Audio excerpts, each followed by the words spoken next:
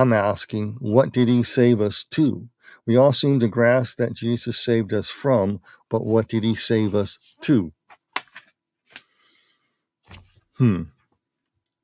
Redeemed for a purpose. That's the next chapter.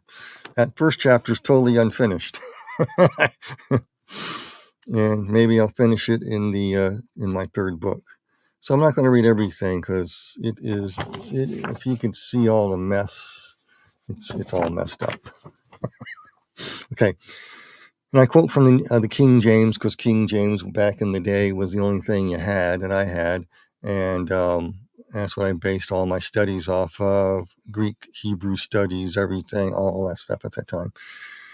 And this is Genesis chapter 3, verse 7 and 9. And the eyes of them were both open, and they knew that they were naked. Adam and Eve did. Then they sewed fig leaves together and made themselves aprons. And they heard the voice of the Lord, or the word of the Lord, walking in the garden in the cool of the day. And Adam and his wife hid themselves from the presence of the Lord, or the panim of the Lord. A lot there. Lord God, amongst the trees of the garden. And the Lord called to Adam and said unto him, Where art thou? Where are you? Okay.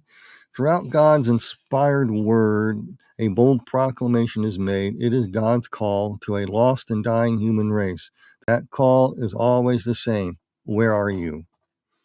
Many of you heard me teach on the call, and you got to understand God created choice when before we had none.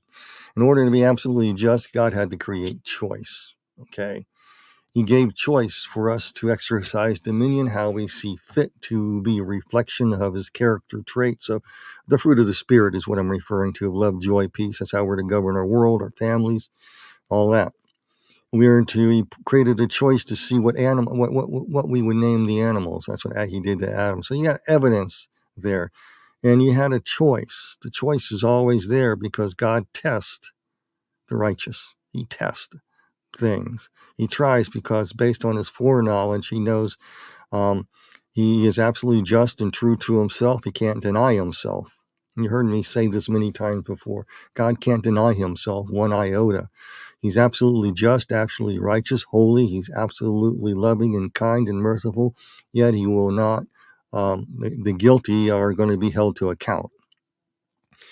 And no one can say, God, you created evil. You created me to make these decisions. You predestined me to hell, and you predestined others there. But what about the elect? I deal with this in